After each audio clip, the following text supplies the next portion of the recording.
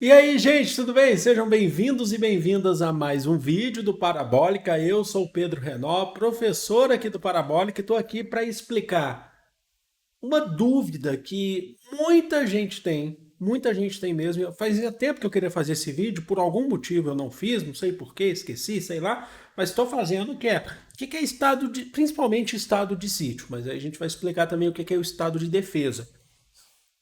É porque tem muita gente que fala assim, às vezes você está no meio de uma aula e fala, aí Vargas decretou o estado de sítio. O que é isso? É só fechar o Congresso? Qual que é a diferença para o estado de defesa? Vamos lá então, já se inscreve no canal se ainda não for inscrito ou inscrita. Tem muito conteúdo aqui, está chegando agora, ajuda aí a gente a chegar aos 800 mil inscritos. Estamos aí há 8 anos nessa luta e é muito gratificante. Mas vamos lá então começar lembrando que as minhas redes sociais estão aqui na descrição e no comentário fixado. Estamos crescendo por lá também. Vamos lá então começar. Vamos começar pelo estado de defesa. Eu já li até em alguns artigos que o estado de defesa é a versão mais branda do que é um estado de exceção. O estado de exceção é quando você tira as liberdades individuais. O estado de exceção é quando as leis são basicamente fechadas. E é o contrário, justamente, do estado de direito. O estado de exceção é um estado onde as leis elas já não estão mais valendo para todos, tá? E eu fiz um vídeo, essa semana saiu um vídeo sobre o que é o Estado democrático de direito, porque é uma questão que todo mundo está discutindo, tem falado recentemente. Eu fiz questão de fazer esse vídeo que ajuda vocês também. Além da questão que eu acho que é importante, que é a questão dos vestibulares, também ajuda a gente a entender quando tem uma notícia, saber sobre os nossos direitos e deveres. Mas vamos voltando agora para o estado de defesa. A gente chama de estado de defesa ou estado de emergência, tá? Tem muita gente às vezes confunde os termos. Então é um mecanismo que está contido na Constituição da República Federativa do Brasil. Para quem quiser, tá? Eu coloco os textos aqui, mas o artigo 136 da Constituição de 88. Eu deixo o link aqui dela também aqui na descrição para vocês. E tem que ser acionado pelo presidente, a única pessoa que pode acionar, no caso de uma república presidencialista, é o chefe de Estado, é o presidente da república. E ele aciona, aí abre aspas, o que está escrito na Constituição, vou ler aqui para vocês. Para quê? Para quê? Para preservar ou prontamente restabelecer em locais restritos e determinados a ordem pública. Se há uma desordem, há um caos na sociedade, no país, ele vai lá e aciona o estado de defesa. Ou a paz social. E aí, assim, quando tiverem o quê? Ameaça por grave. Isso são parênteses aspas mesmo da própria Constituição. Por grave e iminente instabilidade institucional, instabilidade política das instituições democráticas dentro de uma democracia, ou atingida por calamidades de grandes proporções de natureza. Então, por exemplo, suponhamos que a gente teve aqui no Brasil, não hipotético, tá? Teve de repente a gente não tem terremoto basicamente, ou teve um furacão que a gente não tem também, né, que devastou boa parte. Aí o Estado gerou um caos. Como é que funciona a questão de ajuda e tudo? O Estado vai lá, o presidente vai lá e pode acionar o estado de defesa. Não é só em questão natural, mas sim quando você tem desordem civil, tá? Então tá ameaçando a ordem pública, a ordem institucional. Ele vai lá, está tendo uma guerra civil, por exemplo, está começando a ter rumores de uma guerra civil no Brasil. Ele vai lá e aciona. Daqui a pouco, depois que a gente falar até do dissítio, eu vou explicar para vocês quais são as, ah, as o processo para acionar, porque não é simplesmente o presidente ele quer, não é assim, tá bom? E como que funciona? É um decreto, tá? Então é um decreto contido na Constituição, Estado de Defesa. Na ação do decreto é preciso delimitar o tempo desse estado de defesa, que não pode passar de 30 dias, ou seja, o estado de defesa não pode passar de 30 dias.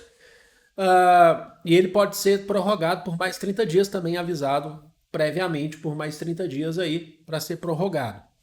Ah, e avisar também quais são as áreas a serem abrangidas. Vou dar um exemplo, tá? Teve um desastre natural em tal região que causou um caos público, um caos civil. Você não precisa acionar o estado de defesa em todo o território nacional, você aciona naquela região especificamente, tá? Ou pode ser também em todo o território nacional. Isso tudo tem que ser já avisado pelo presidente da República. E aí ele toma as ações coercitivas, que é aí que começa a ter a retirada de suspensão, não retirada, mas a suspensão de direitos. Atente lá para o estado de defesa para a suspensão dos direitos, porque isso é muito importante para diferenciar do estado de sítio.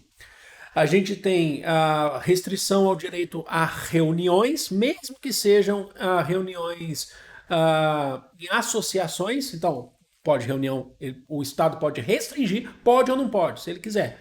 Reuniões públicas ou reuniões num sindicato, numa escola, no conselho. É restringido o sigilo à correspondência e comunicação telegráfica e telefônica, além do que o Estado ele pode ocupar bens e serviços, prédios públicos que não são necessariamente destinados a isso, na hipótese de calamidade pública. Então, o Brasil está numa guerra, ou o Brasil teve um terremoto. Mas tem um prédio ali que é um prédio da Secretaria da Educação de tal cidade.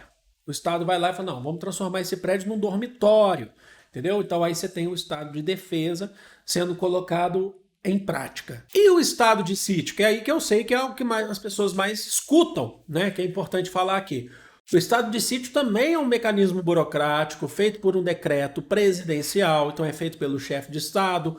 Em uma república presidencialista, pelo presidente, só pode ser acionado pelo presidente da República, e ele está contido também na Constituição. Se o estado de defesa está contido no artigo 136, o estado de defesa está no artigo 136, o estado de sítio a gente encontra entre os artigos 137 até o 141. Eu fiz um resumo desses artigos aqui para vocês. Ele pode ser decretado também por 30 dias, com aviso prévio, e também ser prorrogado também por mais 30 dias, tá? Em alguns casos, a gente já viu na história do Brasil em outros tempos, em outras constituições, que também foi prorrogado por mais 30. Você não pode prorrogar ele por 30, ou você não pode prorrogar ele por 60, porque aí dá 30 e 30. Você tem que prorrogar por 30, depois por 30, se for o caso, tá? Mas tudo isso precisa de uma justificativa. E eu vou explicar por quê. O presidente pode acionar a hora que quiser? Não.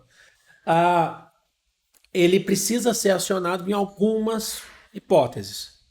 Por exemplo, ele pode ser acionado após o estado de defesa. Então, assim, quando ele consegue em justificativa, essa justificativa tem que ser feita até no Congresso Nacional, em justificativa de que o estado de defesa ele foi ineficaz. Então a gente já tem um estado de calamidade, a gente já tem uma questão de desordem pública, o estado de defesa com aqueles mecanismos, com aquelas ações coercitivas que a gente falou, ele não conseguiu ser eficaz, e aí vem o estado de sítio que ele vai ser mais restritivo em relação aos direitos individuais, tá bom?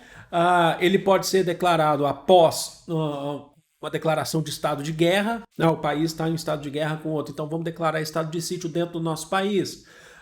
Ou como uma resposta, isso tudo está na Constituição, a uma agressão armada estrangeira, que não necessariamente é um estado de guerra, mas sofreu uma agressão, estado de sítio. Pode ou não pode ser decretado, tá bom? O que mais vai diferenciar para a gente o estado de sítio do estado de defesa são, então, as medidas adotadas.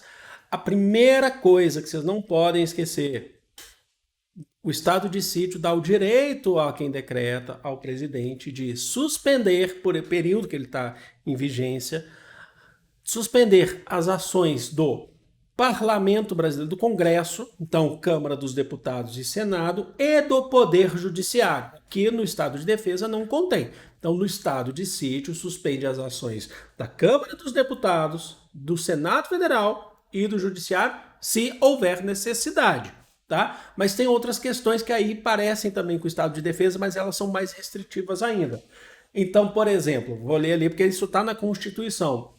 A obrigação de permanência em localidade determinada, você não pode sair de tal localidade, fala para um grupo de pessoas ou para um indivíduo, A detenção de pessoas que cometem crimes comuns em edifícios que não são necessariamente correspondidos a isso. Então, por exemplo, um prédio público X, que não necessariamente é uma prisão ou uma penitenciária, mas você está detido aqui e a gente vai manter, tá? Então você tem todo um aparato que se coloca ali.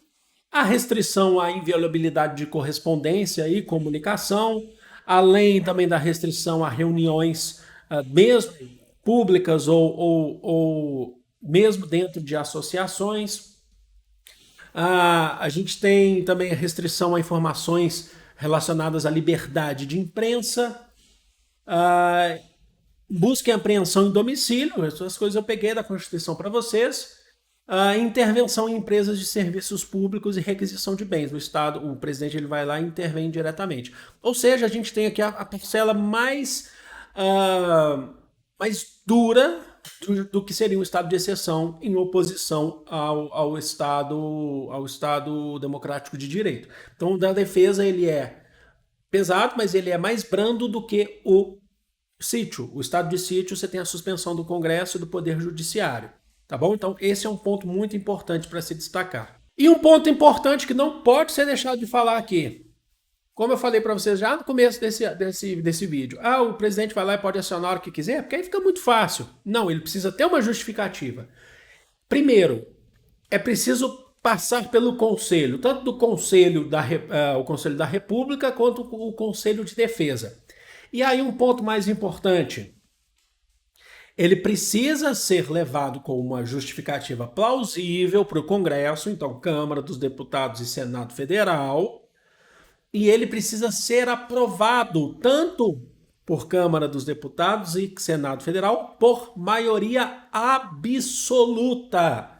Ou seja, se não for aprovado, não tem estado de sítio. Então não é uma medida tomada pelo presidente que ele pode fazer a qualquer hora, tá?